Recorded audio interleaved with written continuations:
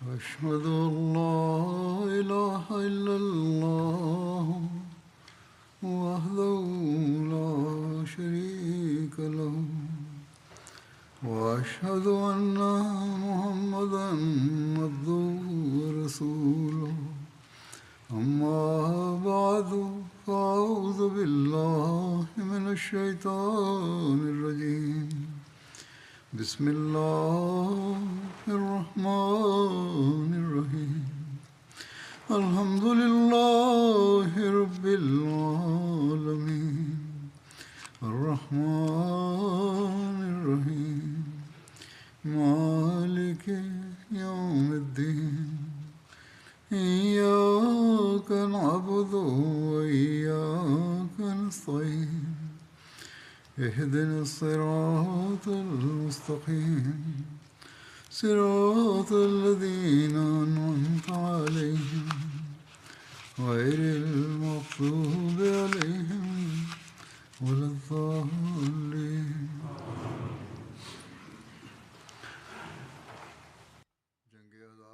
Berkenaan dengan Perang Ahzab telah dijelaskan dalam khutbah sebelumnya,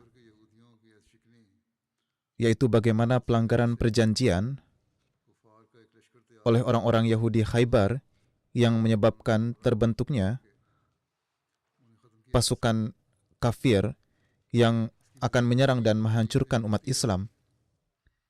Rincian lebih lanjut dari sejarah ini adalah sebagai berikut. Rasulullah SAW mengirim Sulaid dan Sufyan bin Auf Aslami untuk mencari informasi tentang pasukan musuh. Ketika mereka tiba di daerah Baida, sebuah dataran antara Mekah dan Madinah yang terletak setelah Zulhulaifah, yaitu sekitar 6 atau 7 mil dari Madinah, pasukan berkuda Abu Sufyan melihat mereka. Kedua orang ini kemudian disyahidkan dalam pertempuran itu. Jenazah mereka berdua dibawa kepada Rasulullah SAW dan dimakamkan dalam satu makam. Disebutkan bahwa ketika keputusan untuk menggali parit telah dibuat, Rasulullah SAW menunggang kuda beliau bersama beberapa muhajirin dan ansor untuk mencari tempat yang tepat untuk berkemah pasukan.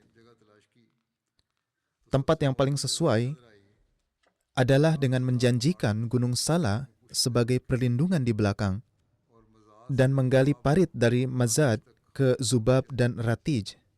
Mazad adalah sebuah tempat dekat Gunung Sala di Madinah. Zubab adalah nama sebuah gunung dekat Madinah. Dan Ratij adalah salah satu benteng Yahudi di Madinah. Ada juga yang menyebutkan bahwa Zubab adalah bukit kecil di sebelah timur. Pada hari itu, penggalian parit pun dimulai. Umat Islam meminjam banyak alat penggalian seperti cangkul batu, kapak besar, dan sekop dari Bani Quraizah. Rasulullah SAW membagi pekerjaan penggalian di setiap sisi parit kepada kelompok-kelompok tertentu. Beliau membagi para sahabat menjadi kelompok-kelompok yang terdiri dari 10 orang, dan setiap kelompok bertanggung jawab atas sekitar 40 hasta panjang parit. Rasulullah SAW sendiri pun ikut serta menggali dan memikul tanah di punggung beliau, hingga punggung dan perut beliau penuh dengan debu. Para muslim yang telah selesai dengan bagian mereka, lalu membantu yang lain hingga parit pun selesai digali. Yakni mereka tidak lantas duduk setelah selesai mengerjakan bagiannya, melainkan membantu kawannya. Tidak ada seorang muslim pun yang tertinggal dalam pekerjaan ini. Bahkan ketika Hazrat Abu Bakar dan Umar tidak menemukan suatu keranjang, mereka segera mengangkut tanah dengan pakaian mereka. Mereka menggunakan kain pakaian mereka untuk mengangkut pasir. Rincian lebih lanjut tentang penggalian parit ini disampaikan oleh Hazrat Mirza Bashir Ahmad sebagai berikut.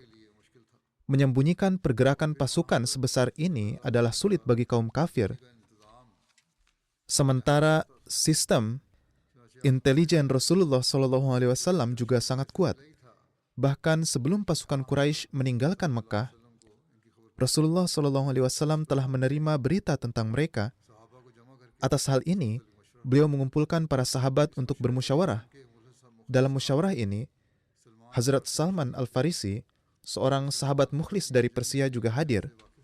Karena Hazrat Salman Al-Farisi mengenal siasat perang non-Arab, ia mengusulkan untuk menggali parit yang panjang dan dalam di bagian Madinah yang tidak terlindungi sebagai pelindung.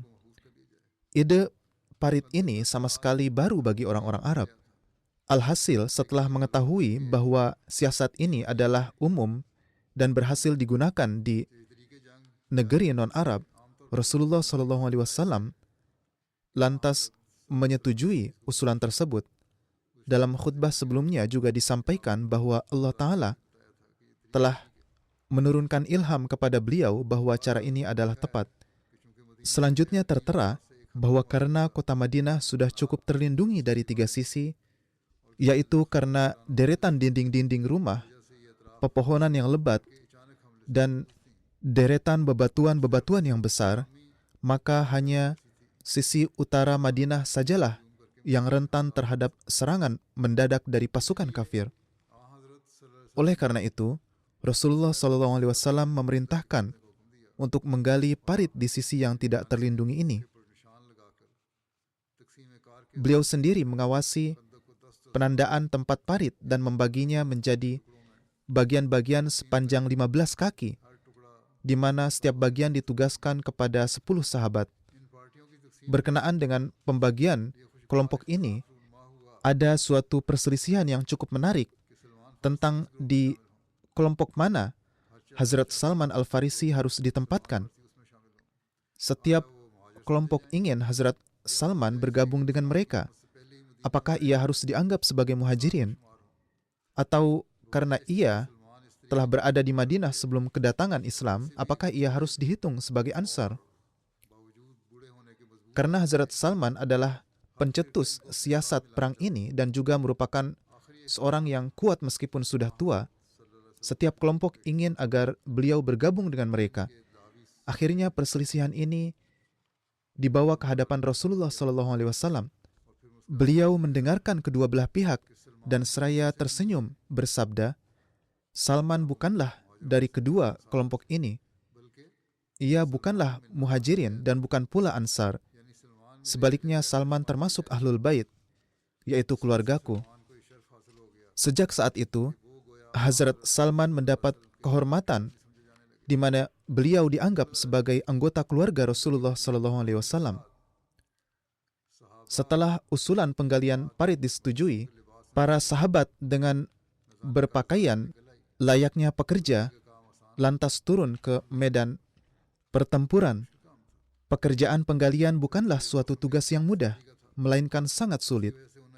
Terlebih lagi, musim dingin membuat para sahabat mengalami kesulitan yang berat pada hari-hari itu.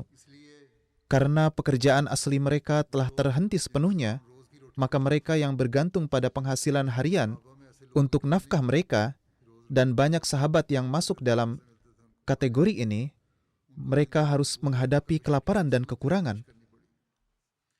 Lalu, karena para sahabat tidak memiliki pelayan dan hamba sahaya, mereka semua harus bekerja dengan tangan mereka sendiri. Kelompok-kelompok yang terdiri dari 10 orang pun dibentuk, dan mereka membagi tugas mereka sedemikian rupa, sehingga ada beberapa orang yang menggali, sementara yang lain mengisi keranjang dengan tanah dan batu yang telah digali, lalu memikul keranjang-keranjang tersebut di bahu mereka untuk dibuang keluar parit. Rasulullah SAW juga menghabiskan sebagian besar waktu beliau di dekat parit, dan seringkali beliau ikut menggali dan mengangkut tanah bersama para sahabat. Selama penggalian parit, syair-syair juga dibacakan untuk menjaga semangat para sahabat. Diriwayatkan dari Hazrat Sahal bin Sa'ad dan Anas bahwa ketika Rasulullah SAW mendatangi mereka, Mereka sedang menggali parit dan memindahkan tanah di bahu mereka. Melihat kesulitan dan kelaparan kami, beliau berdoa, Allahumma la aisha illa aishal akhirah, faghfiril ansara wal muhajira. Ya Allah, tidak ada kehidupan sejati kecuali kehidupan akhirat. Maka ampunilah kaum Ansar dan Muhajirin. Para sahabat menjawab, Nahnul lazina baya'u Muhammada alal jihadi ma bakina abada. Kami adalah orang-orang yang telah berbaiat kepada Muhammad untuk berjihad selama kami hidup. Hazrat Bara bin Azib meriwayatkan bahwa pada hari penggalian parit, saya melihat Rasulullah SAW mengangkat tanah hingga perut putih beliau tertutup debu. Saya mendengar beliau SAW membacakan syair Ibnu Rawahah, Wallahu laula mahtadaina, wala tasaddaqna, wala sallaina, fa'anzilan sakinatan alaina, wasabbitil aqdama, in laqina, wal musyrikuna, qad bagaw alaina, iza aradu, fitnatan, abaina. Yakni, wahai Tuhan kami, jika bukan karena karunia Engkau, kami tidak akan mendapat petunjuk, tidak akan mampu untuk bersedekah dan beribadah kepada Engkau. Ya Tuhan, ketika Engkau telah menyampaikan kami hingga pada tingkatan ini, maka dalam menghadapi musibah ini, turunkanlah ketenangan ke dalam kalbu kami dan teguhkanlah kaki kami jika kami bertemu musuh. Engkau mengetahui bahwa orang-orang ini menyerang kami dengan warna kezaliman dan niat mereka adalah untuk menjauhkan kami dari agama kami. Namun wahai Tuhan kami, berkat karunia-Mu, keadaan kami adalah yaitu ketika mereka mengambil suatu tindakan untuk menjauhkan kami dari agama, kami menolak rencana mereka dari jauh dan menolak untuk terjebak dalam fitnah mereka.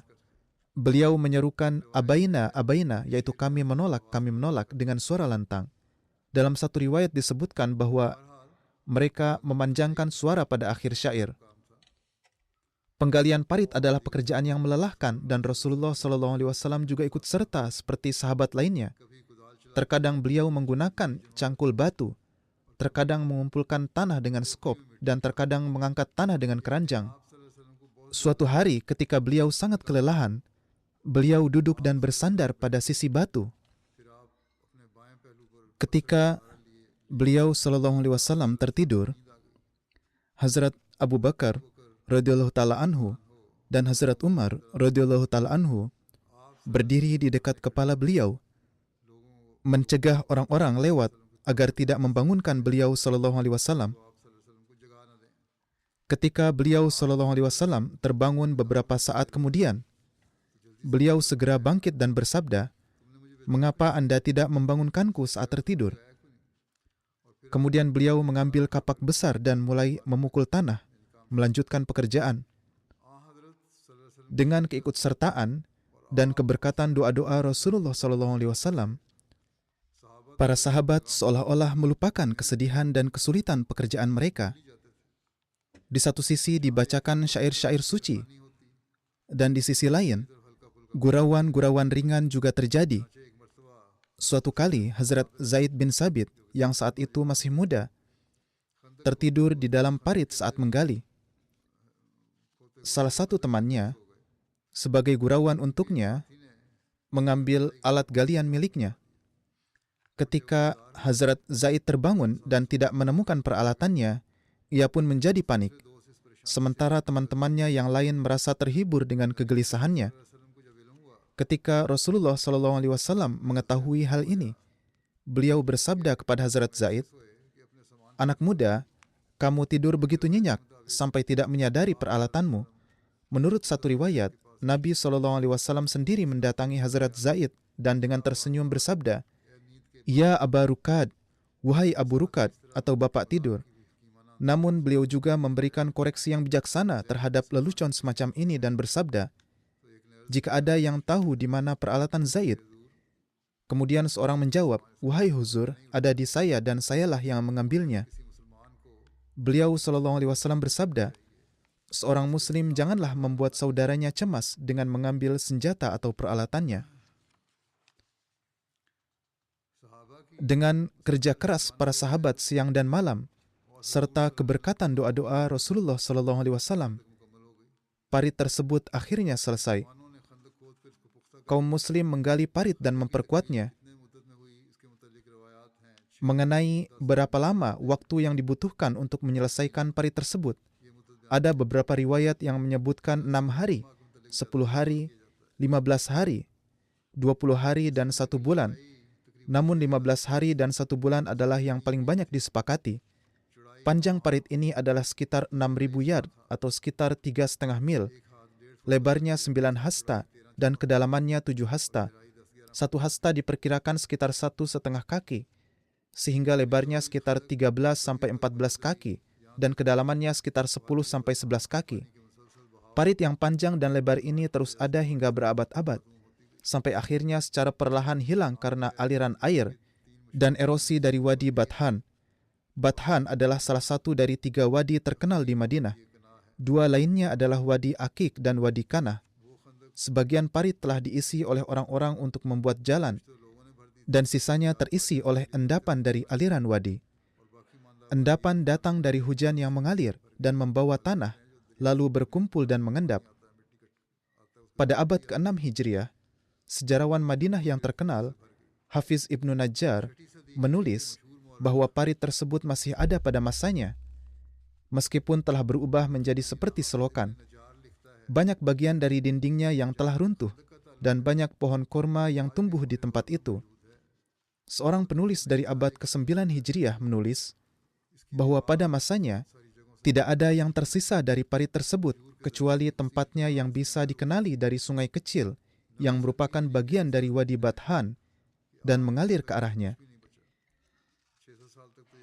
Jadi, ini terus ada selama sekitar 600 tahun. Ia mengatakannya di abad ke-9.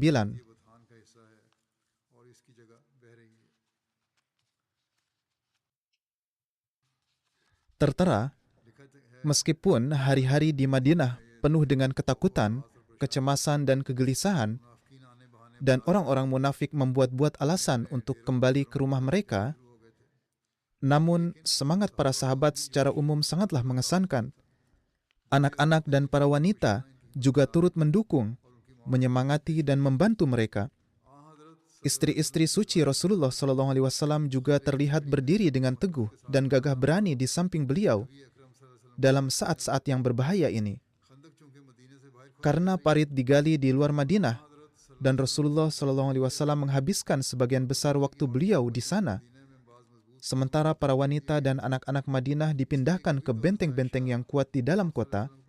Terkadang Hazrat Aisyah datang dan tinggal beberapa hari dengan beliau. Kemudian Hazrat Ummu Salamah tinggal beberapa hari.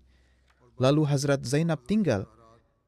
Alhasil istri-istri lain beliau berada di benteng kuat Bani Harisah, atau menurut beberapa riwayat di benteng Nasr milik Bani Zuraik, atau di Fari yang merupakan benteng milik Hazrat Hasan bin Sabit di Madinah. Pada saat penggalian parit, beberapa mukjizat juga terjadi. Salah satunya adalah peristiwa batu yang tidak bisa dipecahkan saat penggalian. Diriwayatkan bahwa selama penggalian parit, mereka menemui tempat yang keras dan berbatu, dan para sahabat tidak mampu menggalinya meski telah berusaha keras. Akhirnya, mereka menghadap Rasulullah SAW untuk meminta bantuan. Beliau mengambil cangkul batu dan memukul tempat tersebut. Maka tanah berbatu itu pun menjadi seperti pasir yang mudah digali. Dalam satu riwayat disebutkan bahwa Rasulullah SAW meminta agar diberikan air, lalu beliau memberi ludah ke dalamnya. Kemudian beliau berdoa kepada Allah Ta'ala, dan setelah itu memercikkan air tersebut ke atas tanah berbatu. Beberapa sahabat yang hadir saat itu berkata, demi zat yang telah mengutus Rasulullah SAW dengan kebenaran, begitu air itu jatuh, tanah tersebut pun menjadi lunak seperti halnya pasir. Kemudian ada peristiwa lain tentang diberikannya kabar gembira tentang raja-raja. Kejadian kedua ini diriwayatkan sebagai berikut. Kejadian pertama tadi adalah tentang dituangkan air, sedangkan yang ini adalah tentang diberikannya kabar suka kerajaan-kerajaan di masa depan yang akan diberikan kepada beliau sallallahu alaihi wasallam. Mengenai hal ini tertera bahwa di satu kesempatan Hazrat Salman Al-Farisi tidak dapat memecahkan sebuah batu. Maka Rasulullah sallallahu alaihi wasallam mengambil cangkul batu dari Hazrat Salman. Hazrat Salman Al-Farisi tidak bisa memecahkannya. Maka Rasulullah sallallahu alaihi wasallam mengambil cangkul batu darinya dan memberikan satu pukulan. Lalu muncul satu kilatan seperti petir. Beliau sallallahu alaihi wasallam mengucapkan Allahu Akbar. Para sahabat yang berdiri di dekat beliau juga mengucapkan Allahu Akbar. Dan sebagian dari batu itu pun pecah. Kemudian beliau sallallahu alaihi wasallam memberikan pukulan kedua dan kilatan muncul lagi. Beliau sallallahu alaihi wasallam mengucapkan Allahu Akbar dan sebagian lagi dari batu itu pun pecah. Lalu beliau sallallahu alaihi wasallam memberikan pukulan ketiga dan sisa batu itu pun pecah. Yang darinya pun kilatan muncul lagi. Rasulullah sallallahu alaihi wasallam lantas mengucapkan Allahu Akbar. Para sahabat juga mengucapkan Allahu Akbar setiap kali. Hazrat Salman Al-Farisi yang berdiri di dekat tempat itu bertanya, "Wahai Rasulullah sallallahu alaihi wasallam, ketika Anda memukul dengan cangkul batu, cahaya keluar dari batu itu dan Anda mengucapkan Allahu Akbar." Beliau sallallahu alaihi wasallam menjawab, "Wahai Salman, apakah engkau juga melihat cahaya itu?" Ia menjawab, "Ya, saya juga melihatnya." Kemudian Rasulullah sallallahu alaihi wasallam bersabda, "Saat cahaya pertama muncul, istana-istana Hirah dan Kisra diperlihatkan kepadaku, dan Jibril memberitahuku, umatmu akan menguasainya. Saat cahaya kedua, istana-istana merah di tanah Romawi diperlihatkan kepadaku, dan Jibril memberitahu, umatmu akan menguasainya. Dan saat cahaya ketiga muncul, istana-istana San'a diperlihatkan kepadaku, dan Jibril memberitahu, umatmu juga akan menguasainya. Maka dari itu bergembiralah kalian." Semua berkata, "Alhamdulillah, ini adalah janji yang benar. Allah Ta'ala telah berjanji kepada kita akan pertolongan setelah kesulitan." Rasulullah SAW saat menjelaskan tentang tanda-tanda istana Persia kepada Salman, maka Hazrat Salman berkata, "Wahai Rasulullah, Anda telah berkata benar. Ini adalah tanda-tandanya." Maksudnya, saat Rasulullah SAW menyampaikan tanda-tanda ini, Hazrat Salman juga membenarkannya. Ia berkata, "Aku bersaksi bahwa engkau adalah Rasul Allah." Kemudian Rasulullah SAW bersabda, "Wahai Salman, Allah Ta'ala akan memberikan kemenangan-kemenangan ini setelahku. Syam akan ditaklukkan dan Heraklius akan melarikan diri hingga ke ujung kerajaannya. Dan kalian akan menguasai Syam. Tidak ada yang akan menentang dan melawan kalian. Dan wilayah timur ini akan ditaklukkan. Kisra akan terbunuh dan setelahnya tidak akan ada Kisra lagi."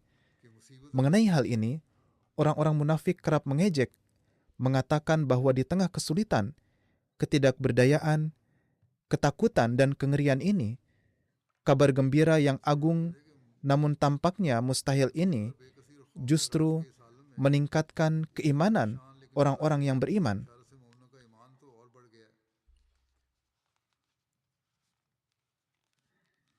Tertulis dalam sejarah bahwa di tengah kesulitan, ketidakberdayaan, ketakutan, dan kengerian ini, kabar suka yang agung namun tampaknya mustahil ini justru meningkatkan keimanan orang-orang mukmin dan menambah kebahagiaan mereka. Tetapi orang-orang munafik lantas mengejeknya. Orang-orang munafik berkata, "Muhammad SAW memberitahu kalian bahwa ia melihat istana-istana Hira dan kota-kota Kisra dari Yasrib, dan kalian akan menaklukkannya, padahal kalian sedang menggali parit untuk pertahanan diri, dan bahkan tidak punya kekuatan untuk keluar dari sini dan pergi jauh untuk buang hajat." Pada kesempatan ini Allah Ta'ala mengungkapkan keadaan orang-orang munafik dengan berfirman, "Wa iz yaqulul munafiquna wallazina fi qulubihim maradun ma wa'adanallahu wa rasuluhu illa gurura."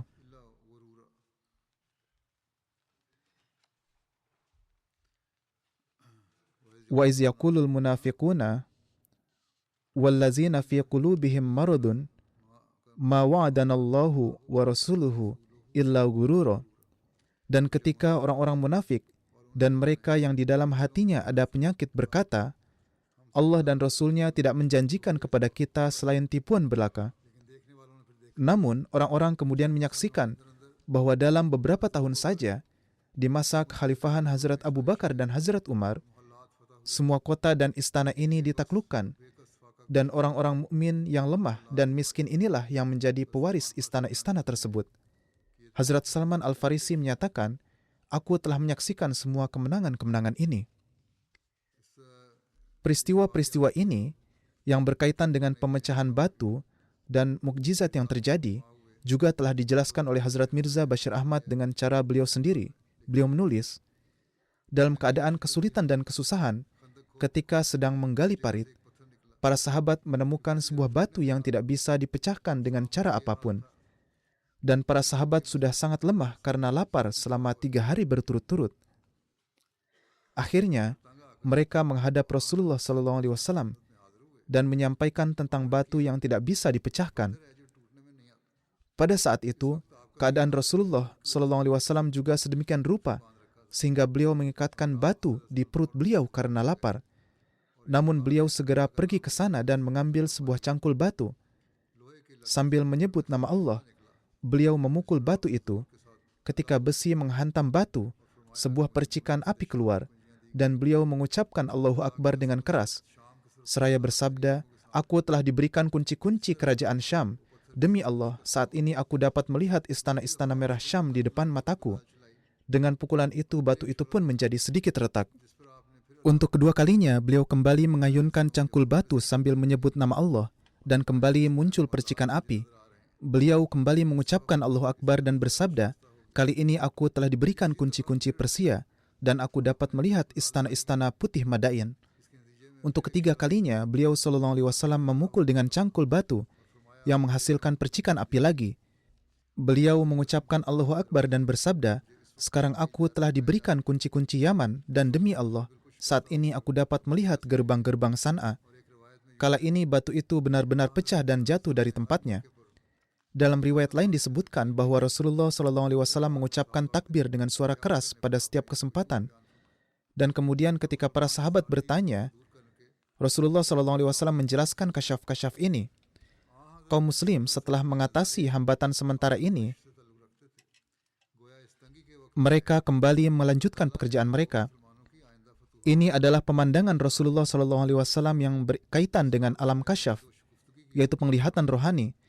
Dengan kata lain, pada saat kesulitan ini, Allah Ta'ala memperlihatkan kepada beliau SAW pemandangan kemenangan dan kemakmuran masa depan kaum muslim untuk menumbuhkan semangat harapan dan kegembiraan di antara para sahabat.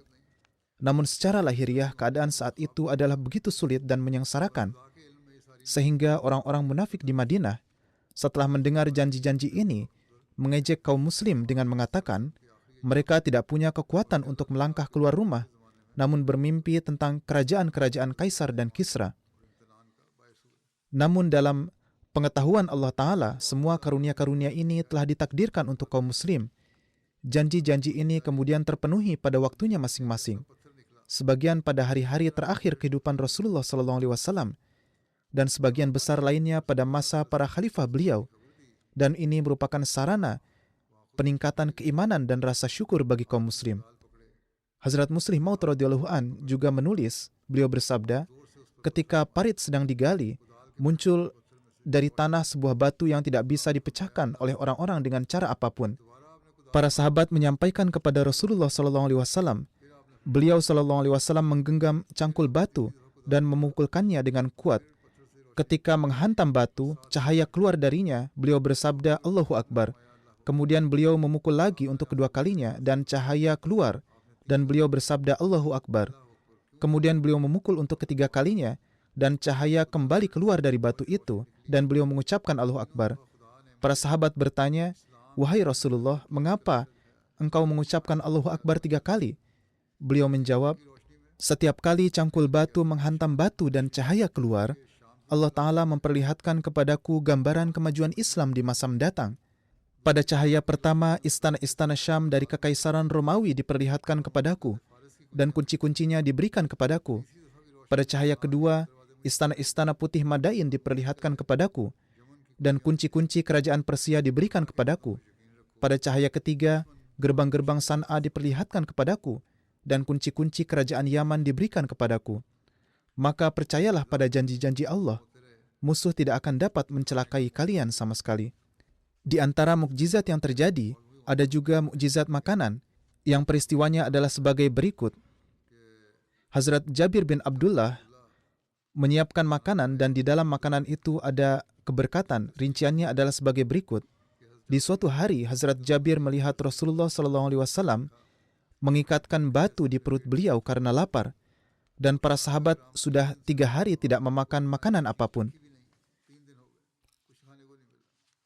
Hazrat Jabir berkata, saya meminta izin kepada Rasulullah SAW untuk pulang ke rumah, dan beliau mengizinkan saya.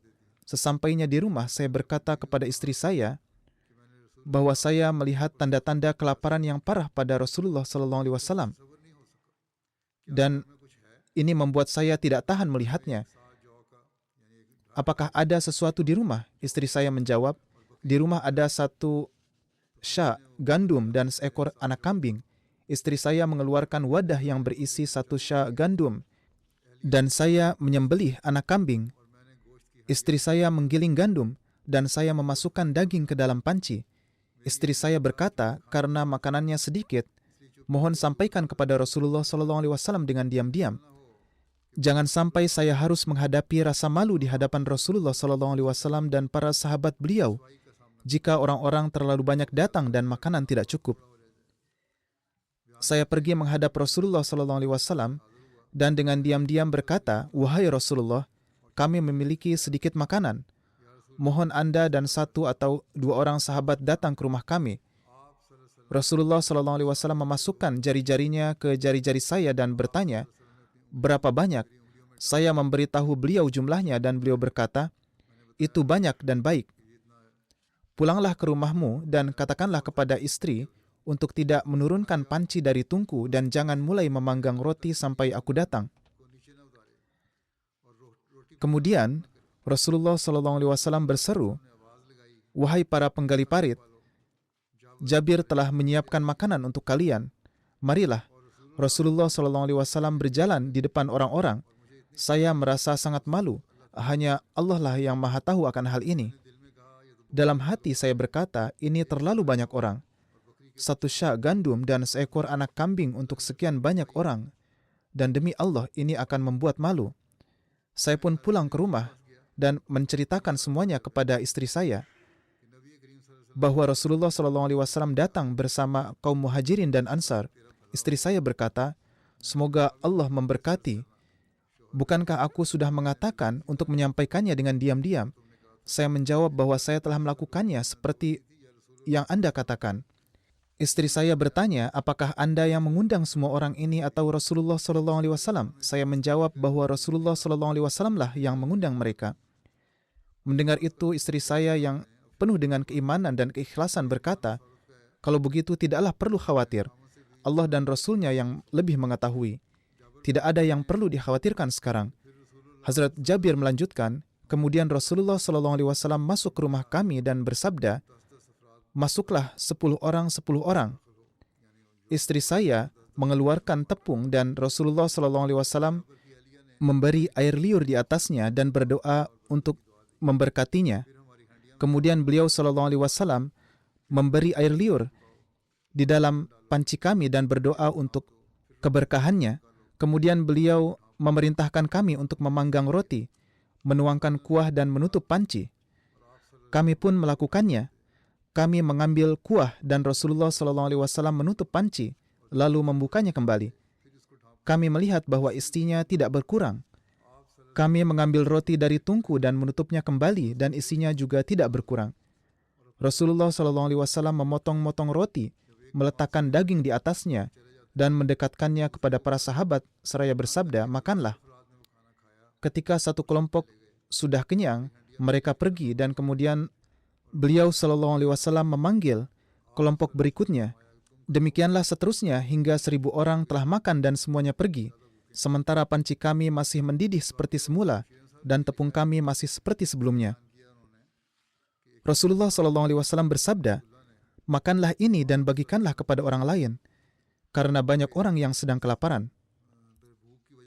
Kejadian ini juga ditulis oleh Hazrat Mirza Bashir Ahmad dengan cara yang sama seperti yang telah disampaikan di atas, bahwa seorang sahabat yang tulus, yakni Hazrat Jabir bin Abdullah, meminta izin kepada Rasulullah SAW untuk pulang ke rumahnya setelah melihat tanda-tanda keletihan dan kelaparan di wajah beliau.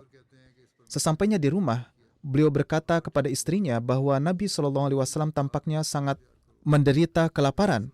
Kemudian bertanya, "Apakah Anda memiliki sesuatu untuk dimakan?" Istri beliau menjawab, "Ya, ada sedikit tepung gandum dan seekor kambing." Hazrat Jabir lalu menyembelih kambing itu dan mengadon tepungnya. Kemudian saya meminta istri saya untuk menyiapkan makanan. Saya akan pergi mengundang Rasulullah SAW untuk datang. Istri beliau berkata, "Jangan mempermalukan saya, makanannya sangat sedikit. Jangan ajak terlalu banyak orang bersama Rasulullah SAW." Hazrat Jabir melanjutkan, "Saya pun pergi dan dengan suara pelan saya berkata kepada Rasulullah SAW, 'Wahai Rasulullah, saya memiliki sedikit daging dan tepung gandum yang telah saya minta kepada istri saya untuk memasaknya. Mohon datanglah bersama beberapa sahabat Anda untuk makan.' Beliau SAW bertanya, 'Berapa banyak makanannya?' Saya menyampaikan jumlahnya. Beliau SAW bersabda, 'Itu banyak.' Kemudian beliau SAW melihat sekeliling dengan suara lantang dan bersabda, 'Wahai kaum Ansar dan Muhajirin, Hazrat Jabir mengundang kita untuk makan.' Alhasil sekitar 1.000 sahabat yang lapar mengikuti beliau SAW, dan beliau bersabda kepada Hazrat Jabir, 'Pergilah cepat dan katakan pada istrimu untuk tidak mengangkat panci dari tungku atau mulai memanggang roti sampai aku tiba.' Hazrat Jabir bergegas memberitahu istrinya dan sangat cemas karena makanan hanya cukup untuk beberapa orang saja, sementara begitu banyak orang yang datang. Namun ketika Rasulullah SAW tiba, dengan tenang beliau SAW mendoakan panci dan wadah tepung. Lalu beliau bersabda, 'Sekarang mulailah memanggang roti.' Kemudian beliau SAW mulai membagikan makanan perlahan-lahan. Diriwayatkan, semua orang makan sampai kenyang dan pergi, sementara panci kami masih mendidih dan tepung masih ada. Insya Allah saya akan sampaikan di lain waktu. Saya selalu mengingatkan untuk senantiasa memanjatkan doa. Perhatikanlah hal ini dengan seksama. Semoga Allah Ta'ala menguatkan keimanan kita, melindungi setiap Ahmadi dari segala kejahatan dimanapun mereka berada, baik di Bangladesh, Pakistan, maupun di tempat-tempat lainnya, serta menyelamatkan dunia dari api yang semakin cepat menelannya. Semoga Allah Ta'ala menurunkan kasih sayangnya. Allah Ta'ala adalah pemilik segala kekuatan. Jika orang-orang ini memberikan perhatian pada perbaikan diri, maka Allah Ta'ala masih bisa mengeluarkan mereka dari musibah-musibah. Semoga Allah Ta'ala memberi mereka akal sehat dan pemahaman.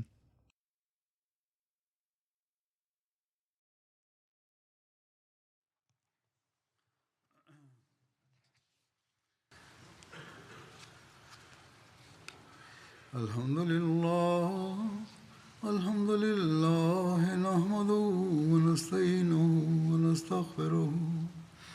ونؤمن به ونتوكل عليه ونعوذ بالله من شرور أنفسنا ومن سيئات أعمالنا من يهده الله فلا مضل له ومن يضلل فلا هادي له ونشهد أن لا إله إلا الله ونشهد أن محمدا عبده ورسوله عباد الله رحمكم الله إن الله يأمر بالعدل والإحسان وإيتاء ذي القربى وينهى عن الفحشاء والمنكر والبغي يعظكم لعلكم تذكرون واذكروا الله يذكركم وادعوه يستجب لكم ولذكر الله أكبر